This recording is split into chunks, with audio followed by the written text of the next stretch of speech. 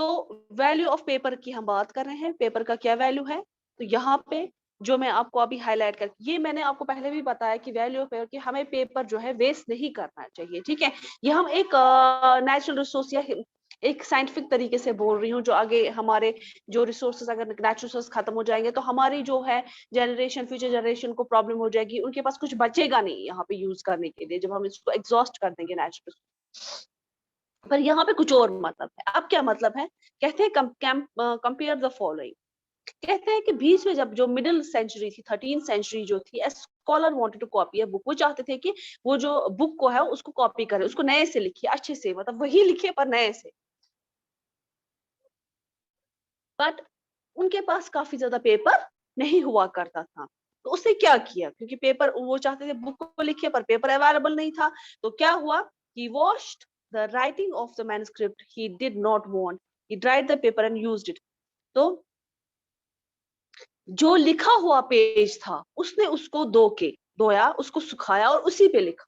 समझ आया, जिस मैन्युस्क्रिप्ट पे कुछ लिखा था उसने वही धोया, उसको सुखाया और उसी पे लिखा।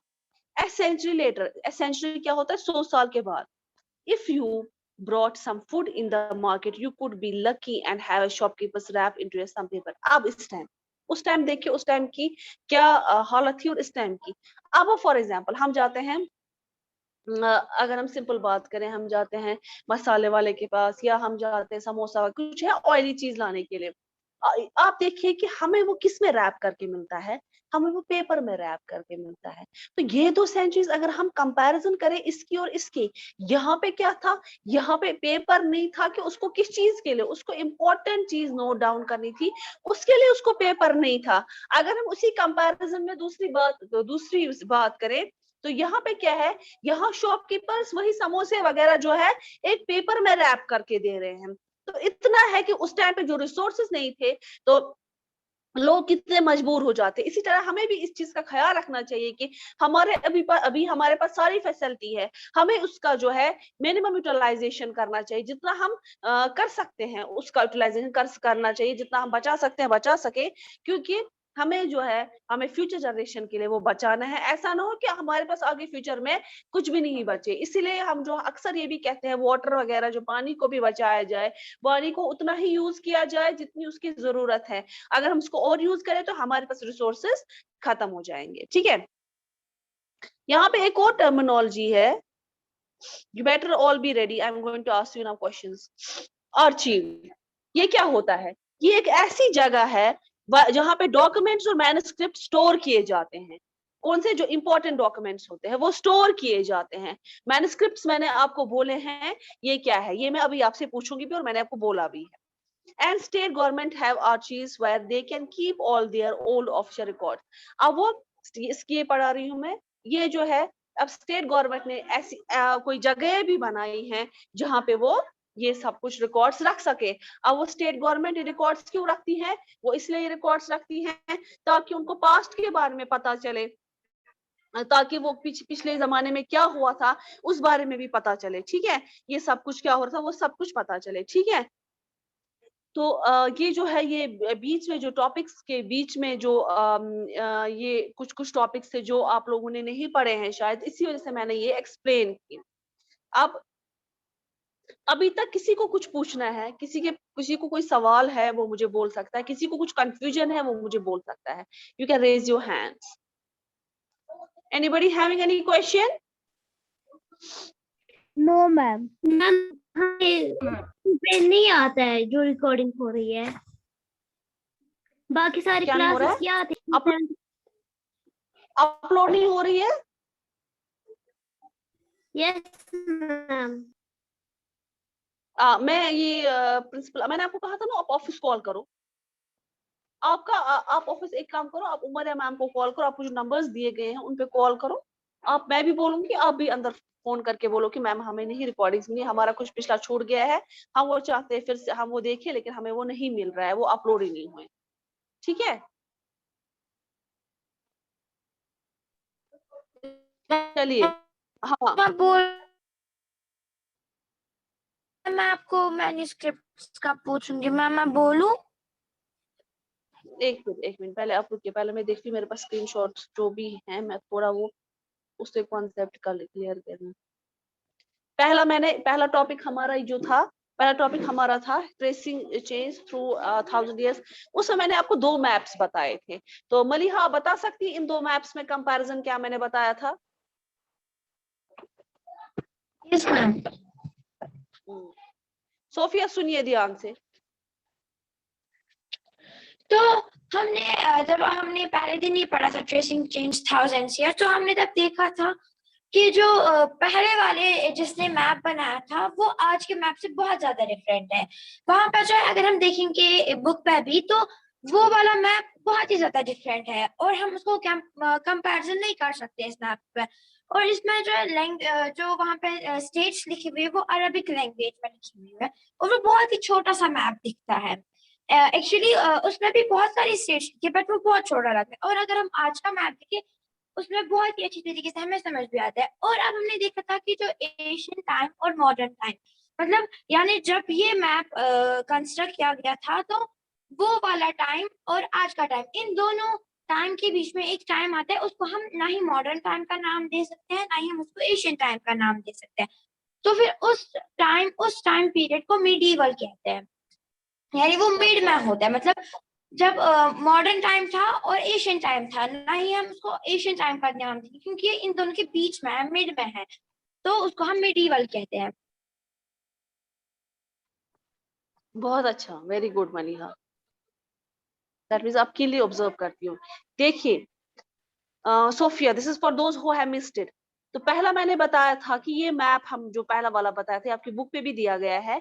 इसमें क्या था, इसमें जो ये था वो अरबिक एक जियोग्राफर था जिसका नाम था अल इदरीसी, जो से 12th सेंचुरी में इंडियन सब कॉन्टिनेंट्स को बनाया। अब यहाँ पे Indian subcontinents again and again I am telling you, at earlier times there were no India Pakistan, it happened in 1947। Before that it was all same. So there were Indian subcontinents that were that are now the countries like Pakistan, Afghanistan, Nepal, Bhutan, these countries. So they are now the countries, but earlier they were the subcontinents. So it's mentioning here the Indian subcontinent, so remember that. So students are coming late to class, वो disturb कर रहे हैं class को, ऐसे attendance नहीं होती है, बार 2-2 minute के बाद क्लास में आएंगे। तो अल अदरीसी ने उसने जो है ये मैप ड्रॉ किया, इसे अरबिक्स में, इसमें आप देखिए अगर क्लियरली ऑब्जर्व करेंगे उसने अरबिक में लिखा है कुछ। तो ये जो है ये मैप तो बना, ठीक है, लेकिन उसमें क्या है कि उसको बोला गया कि मतलब उनने ये मैप ड्रॉ किया किस हिसाब से, उसने जैसे ऑब्जर्व किया इंडिया को, ठीक है, या उस टाइम पे तो इंडिया नहीं था, उस टाइम पे तो सारा सेम था, इंडियन सब कॉन्टिनेंट्स वगैरह। उसने जैसे इस चीज को ऑब्जर्व किया, उसने उसको उसी हिसाब से मैप ड्रॉ किया, ठीक है।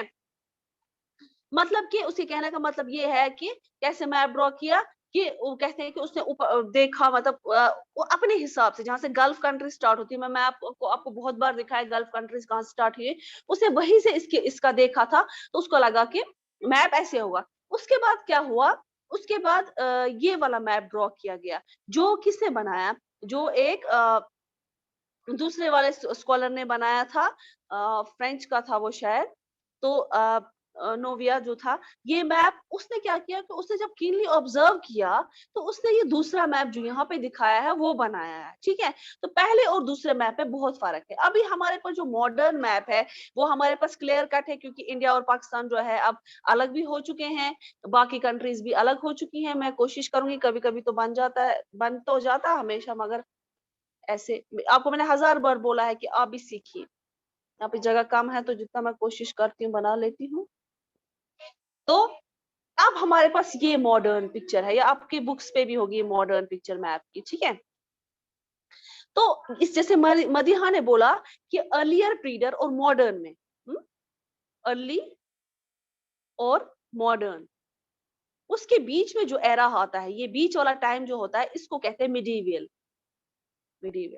यही हिस्ट्री आप पढ़ रहे हो, क्लास 7th की हिस्ट्री पूरी मिडीवल हिस्ट्री पे बेस्ड है, ठीक है। तो ये चीज आप रखिए।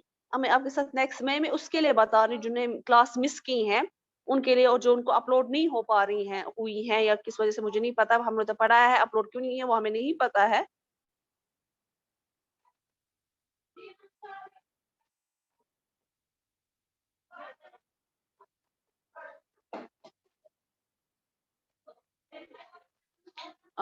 मुझे नेक्स्ट टॉपिक नहीं पता है क्योंकि अब मेरी स्लाइड्स भी यहाँ पे खो गई हैं, तो मैं यहाँ पे जो मुझे नेक्स्ट स्लाइड आ रही है वो ये ट्रेसिंग चेंज थ्रू 1000 ईयर्स की लैंग्वेज की बात हो रही है। तो क्या हो गया, पर्शियन होगी, मॉडर्न पर्शियन, ये भी मैंने आपको, ये आपने पढ़ा सोफिया ये वाला टॉपिक पर्शियन जो मैंने मॉडर्न और अर्लियर लैंग्वेज के बारे में पढ़ाया है? No ma'am.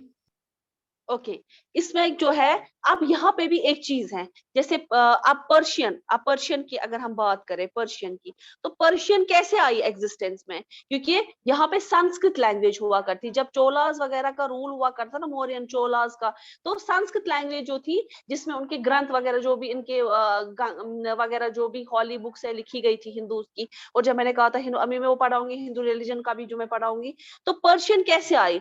पर्शियन यहाँ पे आई, उसके पीछे जो वजह है वो है जब मुस्लिम रूलर्स आए, जब मुस्लिम रूलर्स आए वो कहाँ से आए? क्योंकि इंडिया में मुस्लिम तो नहीं थे, वो कहाँ से आए? वो बाहर से आए। बाहर से मतलब ये है इंडिया का मैप, मैं आपको आज का मैप बताती हूँ इंडिया का।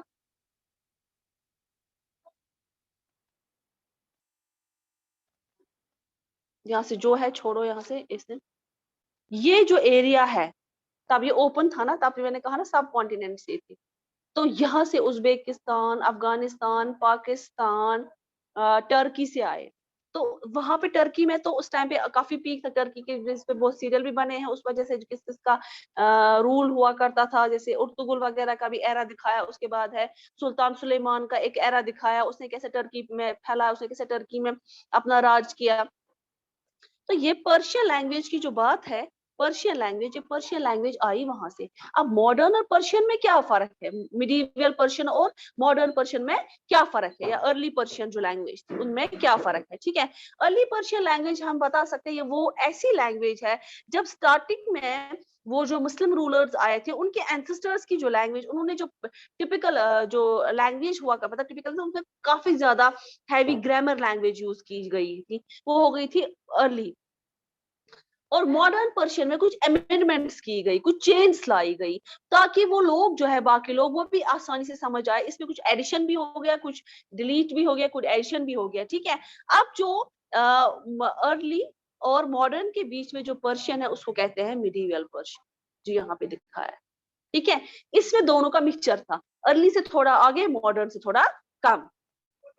अब वो कैसे यहाँ पे दिखाई, देखिए आपकी, मैंने तो देखिए ये दिखाया, वोकैबुलरी ग्रामर वगैरह वहां पे थोड़ा डिफरेंट था।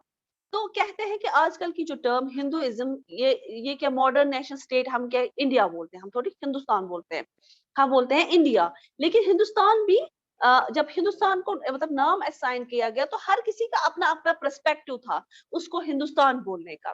क्या था, अगर हम 13th सेंचुरी की बात करें तो मिनाज सिराज जो था वो टर्म यूज करता था पंजाब हरियाणा। अब इसका क्या मतलब है यहाँ पे पंजाब हरियाणा लैंड्स का, इसका ये क्या मतलब है? क्योंकि जब सुल्तान दिल्ली सुल्तान्स आए थे, जब मैंने आपको रूट बताया वो कहाँ से आए थे, अभी मैप पे भी दिखाया, जो दिल्ली में उन्होंने अपना जो सल्तनत बिठाई, तो उनके हिसाब से जो एरियाज वहां के नजदीक थे, दिल्ली के नजदीक पंजाब है, हरियाणा है, ठीक है, और गंगा और यमुना वहां से होती हैं, तो उतरती है, क्योंकि हमें पता है कि जो ताजमहल है वो यमुना किनारे बसा हुआ है, वो बनाया गया है यमुना किनारे, तो उनके हिसाब से यही सारा हिंदुस्तान। ठीक है, उन्होंने उसको, उस चीज को मद्देनजर रखते हुए, उस चीज को आगे लेते हुए इसी चीज को इंडिया का या हिंदुस्तान का नाम दिया गया था। तो अब यहाँ पे बाबर की बात हो रही है, आपको पता है जब मुगल से क्या, ये किसका था? दिल्ली सुल्तान, ये दिल्ली सुल्तान की बात हो रही थी। अगर मुगल्स की बात करो, क्योंकि आफ्टर दिल्ली सुल्तान मुगल्स आए, ठीक है, ये अब तो आपने पहले 6 में थोड़ा पढ़ा होगा दिल्ली सुल्तान वगैरह का, उसके बाद मुगल्स आए। ठीक है, तो बाबर ने टर्म किया Hindustan to describe the geography. मैंने आपको ये भी कहा कि ये जो बेसिकली ये दिल्ली में जो सुल्तान इल्तमिश थे, गयासुद्दीन था वगैरह, ये जो लोग जो थे ये इंडिया से बिलोंग नहीं, इनके रूट्स इंडिया के नहीं थे, ये बाहर किसी जगह से बिलोंग करते थे। तो बाहर किसी जगह से वो भी मैंने दिखाया कि कहाँ से बिलोंग, टर्की वगैरह से कहाँ से आए, उज्बेकिस्तान वगैरह से कहाँ से आए, ये भी मैंने आपको बताया। तो तो क्या हुआ कि बाबर ने जो है, अब जब बाबर आया, मतलब बाबर कौन सा आया, जब जब मुगल्स आए, जब मुगल्स आए तो उनको वहां का फ्लोरा फौना बहुत अच्छा लगा, मतलब वहां की एनिमल लाइफ और प्लांट लाइफ उनकी बहुत अच्छी लगी। जहां पे वो पहले थे, मतलब वहां पे टेम्परेचर का अप डाउन था, मतलब यहाँ पे जो है ठंड भी होती थी मॉडरेट, गर्मी भी ठीक ठाक होती थी, क्योंकि उस टाइम पे जो है फॉरेस्टेशन बहुत ज्यादा थी, इस वजह से जो है ठीक ठाक मौसम हुआ करता था। अभी तो पोल्यूशन की वजह से, ग्लोबल वार्मिंग की वजह से बहुत ज्यादा गर्मी होती है, इनफैक्ट कश्मीर में बहुत गर्मी होती है। तो उसको ये चीज बहुत अच्छी लगी, तो उसने हिंदुस्तान को किस नजरिए से देखा, उसने हिंदुस्तान को इसकी जियोग्राफी के नजरिए से देखा, उसके फ्लोरा और फौना, और उसके फ्लोरा और फौना के बेसिस पे उसने उसको हिंदुस्तान का नाम करार दिया। ठीक है। अभी तक समझ आ, ये तो मैंने रिपीट पढ़ा रही हूँ मैं आप लोगों को, अभी उनके लिए जिन्होंने ये मिस किया लेक्चर्स, उनके लिए पढ़ा रही हूँ मैं। तो ये बहुत ही इंटरेस्टिंग मुझे लगता है टॉपिक है इस बारे में। वैल्यू ऑफ पेपर मैंने आपको आज पढ़ा, ये पढ़ा है ना। यस तो मैम। अब Yes, historian and their sources, उनके सोर्सेस क्या है, हिस्टोरियन एंड देयर सोर्सेस, ये उनके सोर्स, हिस्टोरियन एंड सोर्सेस, ये हमें मलिहा पढ़ाएगी नहीं। Yes ma'am. Maliha, can you teach the historian and their sources? Okay ma'am.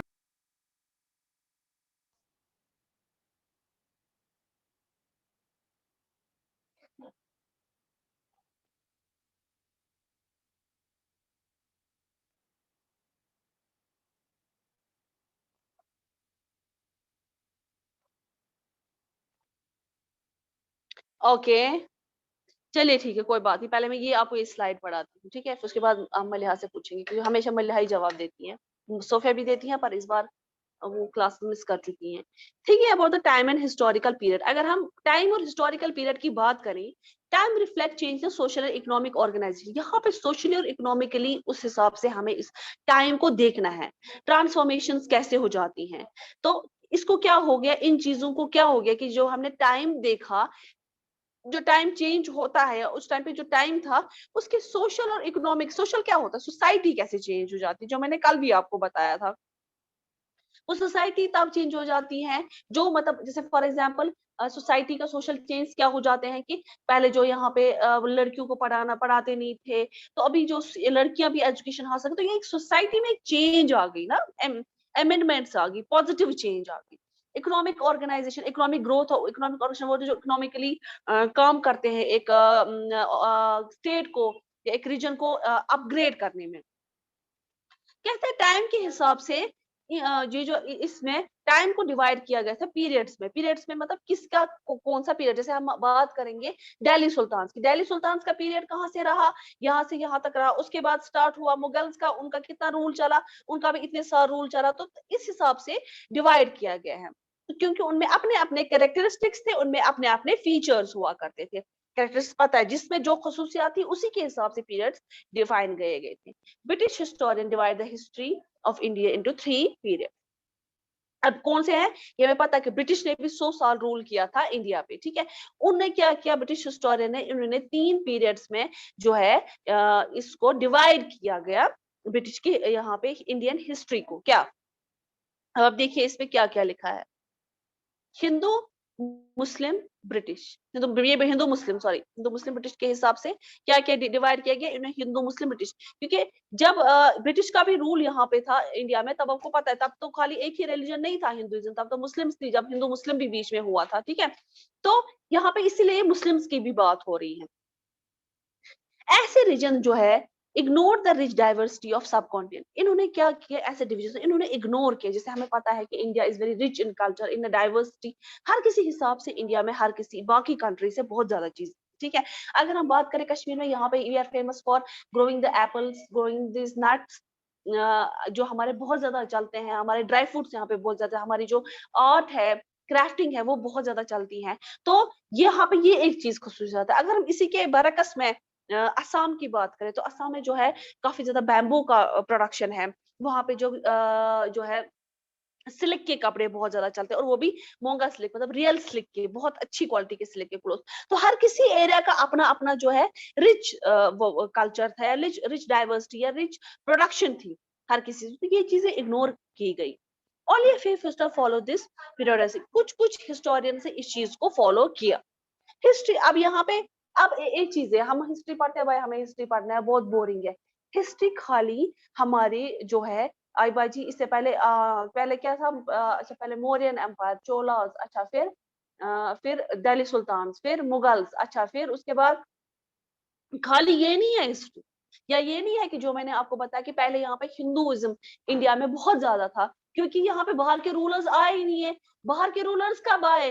बाहर के रूलर्स आए जब वो टर्की से आए हमारे मुस्लिम रूलर्स, तो यहाँ पे मुस्लिम जो रिलीजन जो है वो एस्टैब्लिश हो गया।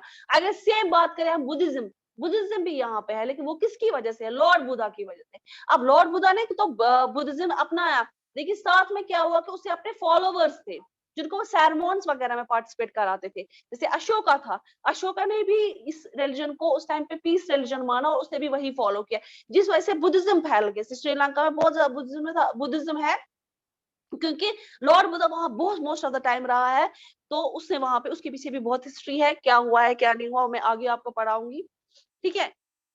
तो यहाँ पे इसे कहने का मतलब है कि ये खाली इतना नहीं है कि रिलीजन और रूलर के बारे में, मगर ये सोसाइटीज के बारे में, हंटर गैदर्स, मतलब देखिए, अब मैं एक आपको जैसे क्लास 6 में आपने चैप्टर 1 में पढ़ा होगा, जो आपको बिल्कुल मुझे पता है, पूरा यकीन है आपको याद नहीं होगा। ये आप देखिए मैप इंडिया का मैप देखिए, हाँ ठीक है। अब ये है, यहाँ पे क्या है कि यहाँ पे विंध्यास हिल है, विंध्यास विंध्यास नहीं है, कोई और शायद है ये हिल, कुछ था यहाँ पे, मुझे पूरा याद नहीं है कि आपकी कौन सी हिल्स हुए थे यहाँ पे। तो क्या होता था, वो जो हिल्स थे वो क्या करते, मैं यहाँ पे इसकी हंटर गैदर्स की बात कर रही हूँ। तो जब लाइफ स्टार्ट, मतलब जब एस्टेब्लिशमेंट होगी, जब लोग रहने लगे, उन्होंने यहाँ पे क्रॉप्स बोना शुरू किया। तब मैं फिर से बताती हूँ, तब इंडिया पाकिस्तान नहीं था, तो ये एक सेम था, इसी वजह से यहाँ पे ये बाउंड्री के बाहर मैं दिखा रही हूँ, जो बेसिकली अभी लाहौर पाकिस्तान वगैरह हुआ, तो वहां पे लोगों ने तो जो है क्रॉप्स ग्रोना शुरू किया। उसके बाद विंध्यास यहाँ पे है, ठीक है, विंध्यास यहाँ पे है, विंध्यास जो है यहाँ पे, तो विंध्यास जो है यहाँ पे भी क्रॉप्स ग्रोने शुरू हो। अब जो यहाँ पे हंटर गैदर्स की बात हो रही है, जो जो मुझे मेन टॉपिक जो मुझे बोलना है आपको, एक मिनट, तो अभी मैं रफली बना रही हूँ, ये मैप नहीं है, ये वाला साइड बना लेती हूँ। तो यहाँ पे ये वाला रीजन जो है, जो मैं आपको हाइलाइटर से दिखाती हूँ, ये वाला रीजन जो है, ये मेघालय, मेघालय कौन सा हुआ? शिलोंग। तो शिलोंग में गारो हिल्स है, क्या है शिलोंग में? गारो हिल्स, ठीक है। ये जो गारो हिल्स हैं, गारो हिल्स, इधर क्या है, इधर हंटर गैदर्स होते थे। उस टाइम पे क्या होता था, ये हंटर गैदर्स क्यों है, इन्होंने वहां पे रेयरिंग की, शीप गोट वगैरह की, जो भी उस टाइम पे एनिमल्स थे उनकी रेयरिंग की, और ये फॉरेस्ट के नजदीक रहने लगे। क्यों? इनको अपने जानवरों को चराना था, तो इनको तो उसी वही जगह चुननी थी जहां पे इनको ले सके, ठीक है। अर्ली फार्मर्स का मैंने आपको अभी बताया, अर्ली फार्मर्स का यहाँ पे देखिए, फिर से मैं दिखा रही हूँ आपको, लोगों को आपको याद होना चाहिए खुद से।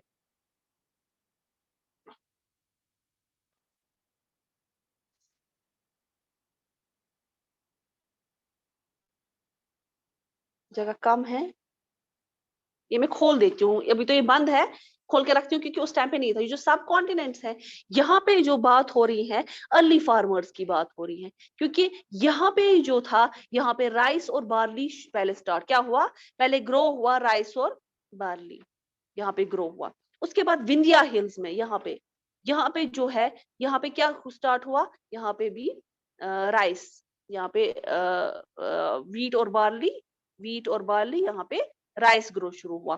तो ये यहाँ पे जो कह रहा है, इसका जो कहने का मतलब है, early farmers people living in towns और विलेज, वो लोग जो टाउन्स और विलेज में रहते हैं, this is all including medieval history. ये सब कुछ मिडिवल हिस्ट्री में फिर कवर किया गया। जैसे मैंने कल भी आपको बोला कि जब पहले क्या होता है, हिस्ट्री जो है, अगर हम ढूंढेंगे ना, वो महाराजा ने कि कब जंग जीती, दूसरे महाराजा ने कब जंग हारी, सब कुछ हिस्ट्री में है, मगर उस इंसान के बारे में नहीं। एक कॉमन मैन, एक कॉमन इंसान जो उसके पीछे था, चाहे महाराजा की अचीवमेंट के पीछे था, या महाराजा के दरबार में काम करता था, या कुछ उनकी लाइफ कैसे गुजरी थी, हमें पता है, वो महलों में रहते थे बादशाह वगैरह, लेकिन जो कॉमन लोग थे वहां पे, वो कहाँ रहते थे, ठीक है, उनकी हिस्ट्री के बारे में भी मिडिवल हिस्ट्री में पता है। ठीक है, सबको समझ आया? Sophia, I hope it's all clear now.